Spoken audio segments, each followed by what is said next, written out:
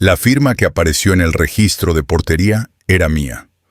Pero esa noche yo no había entrado al edificio. Pasó en Semana Santa del año pasado, en una ciudad que prefiero dejar como Puerto del Este. El nombre real no importa. Lo que sí importa es el tipo de edificio.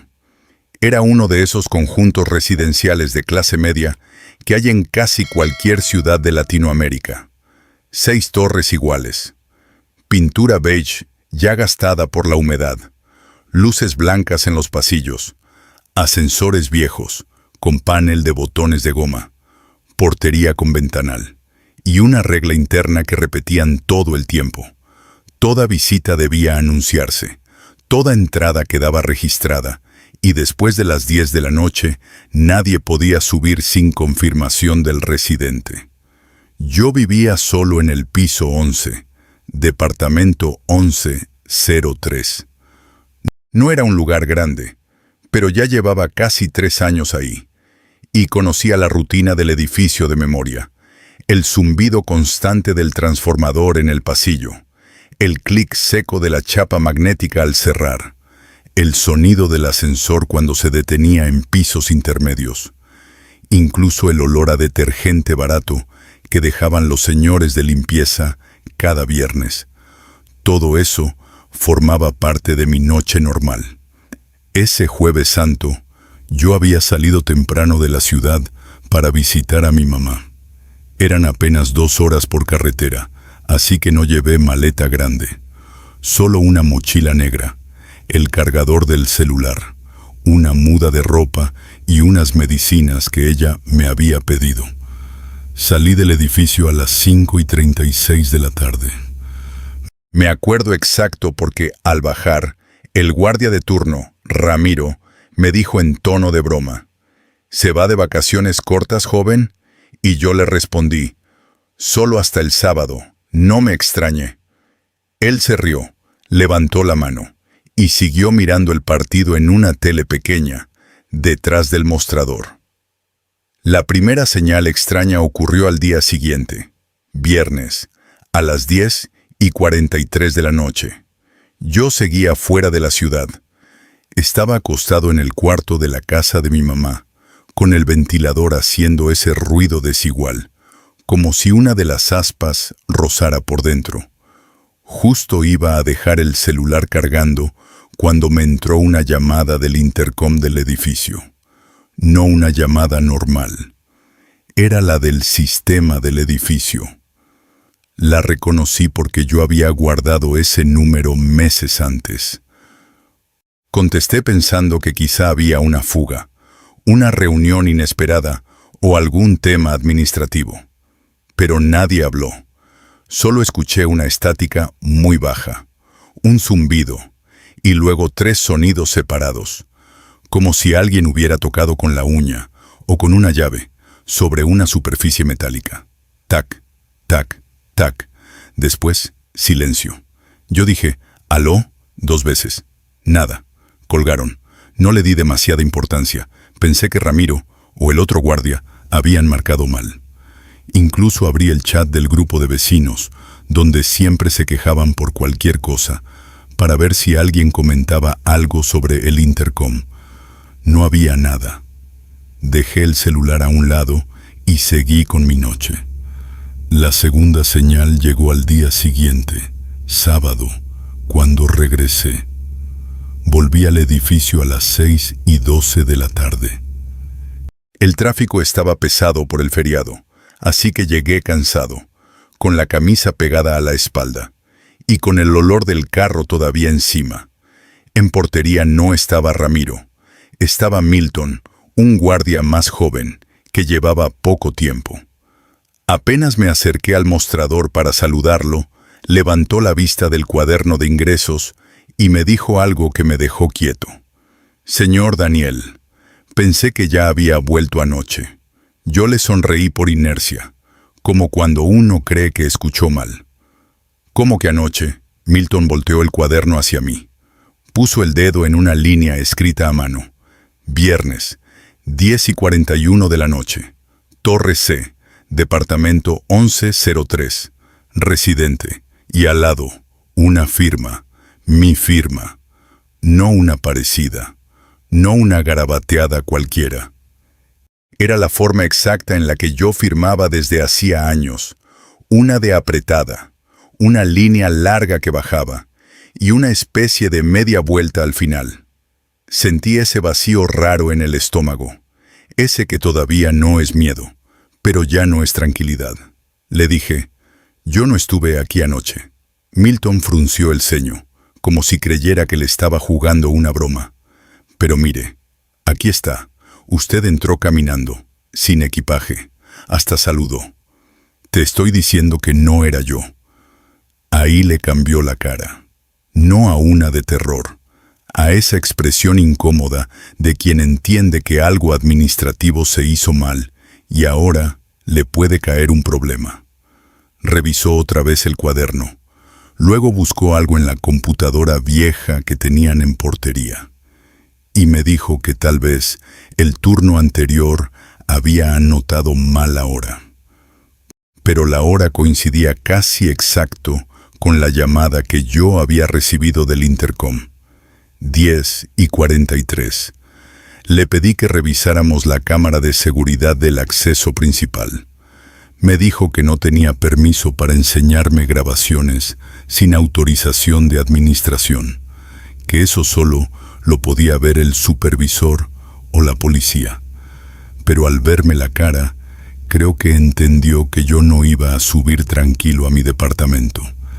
Hizo una llamada corta, habló en voz baja, y 5 minutos después me dejó ver el monitor desde su lado del mostrador. Ahí fue cuando la coincidencia dejó de parecer coincidencia. La imagen era granulada, tenía esa calidad opaca de cámaras baratas. Se veía el acceso principal, el torniquete lateral, parte del lobby y la mesa de portería. La hora en pantalla marcaba 10:40 con 58 segundos. Entró un hombre con gorra oscura, mascarilla quirúrgica y una chompa gris con capucha. No se le veía la cara. Caminaba con la cabeza baja, pero con una seguridad rara, como si conociera el lugar. Se acercó al mostrador. Habló apenas unos segundos con el guardia. Firmó el cuaderno y pasó. Lo extraño no era solo la ropa. Mucha gente todavía usaba mascarilla en espacios cerrados. Lo extraño era otra cosa. Cojeaba apenas con la pierna derecha.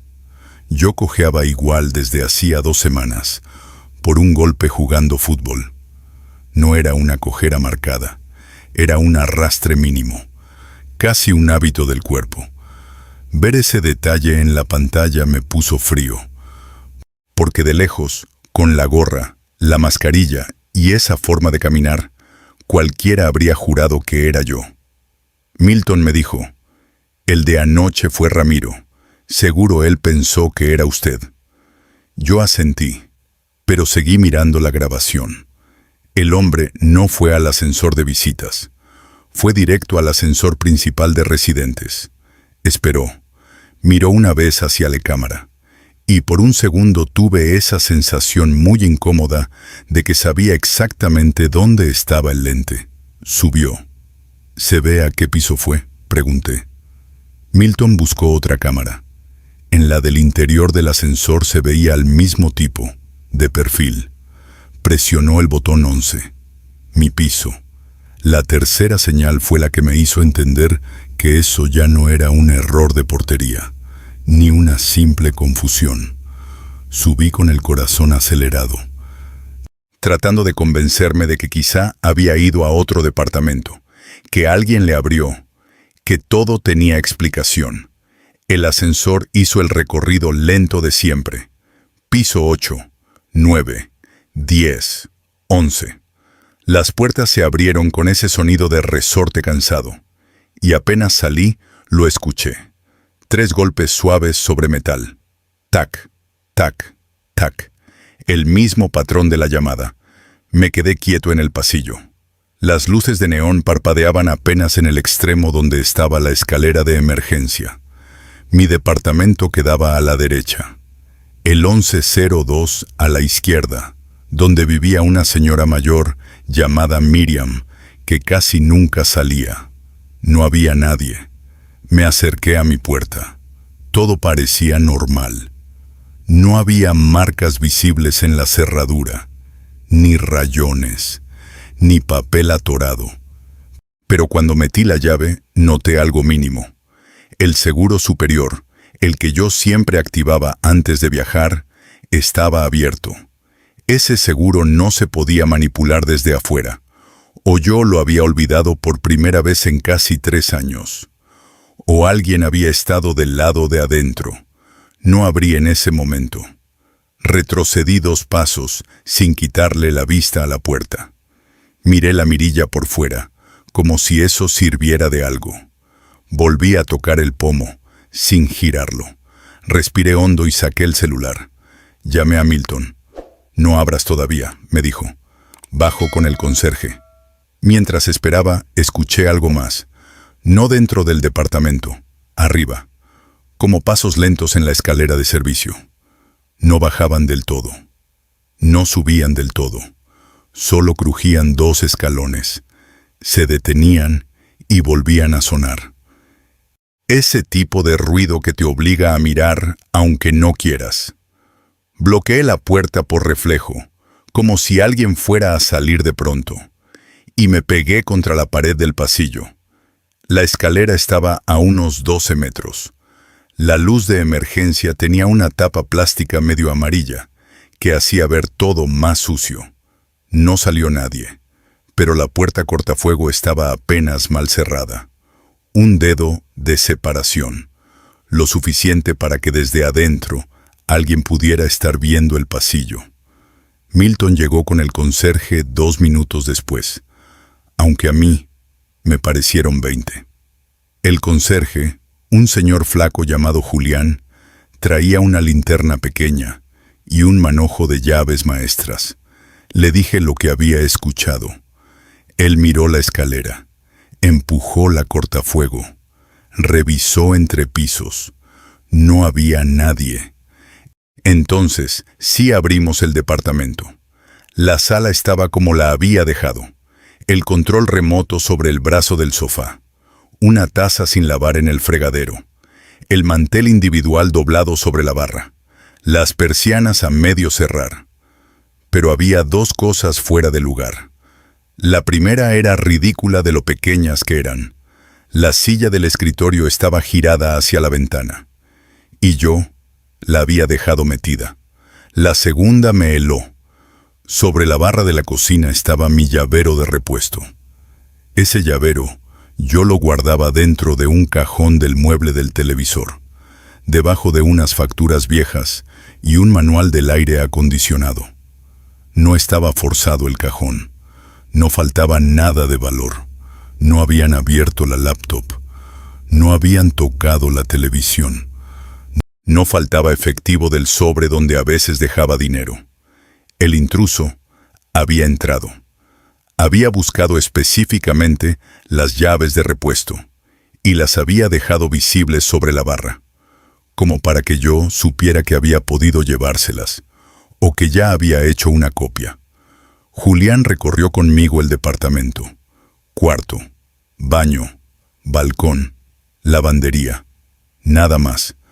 Pero al llegar a la entrada, señaló el lector digital del lado interno. Una cajita pequeña, conectada a la cerradura magnética. Esto marca aperturas, dijo. No graba video, pero sí registra. Bajamos otra vez a portería y revisaron el sistema. Ahí apareció la prueba concreta que terminó de darle forma a todo. Mi puerta se había abierto el viernes a las 10:49 de la noche. Y se había vuelto a abrir a las 11:17. La primera apertura podía explicarse por la llegada del hombre del ascensor. La segunda, no, porque a las 11:17, según la cámara del lobby, nadie había salido por la puerta principal. Eso significaba una de 2 cosas. O seguía dentro del edificio, o había salido por la zona de parqueaderos y reja lateral, donde una de las cámaras llevaba semanas dañada. Milton llamó al supervisor. El supervisor recomendó poner denuncia. Yo pensé hacerlo. De hecho, tuve el impulso inmediato de ir a una UPC o llamar a alguien. Pero hubo un detalle más. Uno humano, estúpido y realista. Y eso cambió todo. A las 7:26 de la noche me escribió mi vecino del piso 12. Un muchacho llamado Fabián, con quien casi no hablaba, salvo en el ascensor. Me puso: Bro, recién veo el grupo. Creo que anoche vi al que entró a tu piso. Lo llamé de inmediato. Me contó que el viernes había bajado por la escalera alrededor de las 11:15, porque el ascensor estaba demorando. Al pasar entre el piso 12 y 11, se cruzó con un hombre quieto, pegado al descanso de la escalera, como si estuviera esperando a que alguien terminara de pasar. Pensé que eras tú, me dijo. Tenía tu estatura, solo me pareció raro que no saludó. Le pregunté si le vio la cara.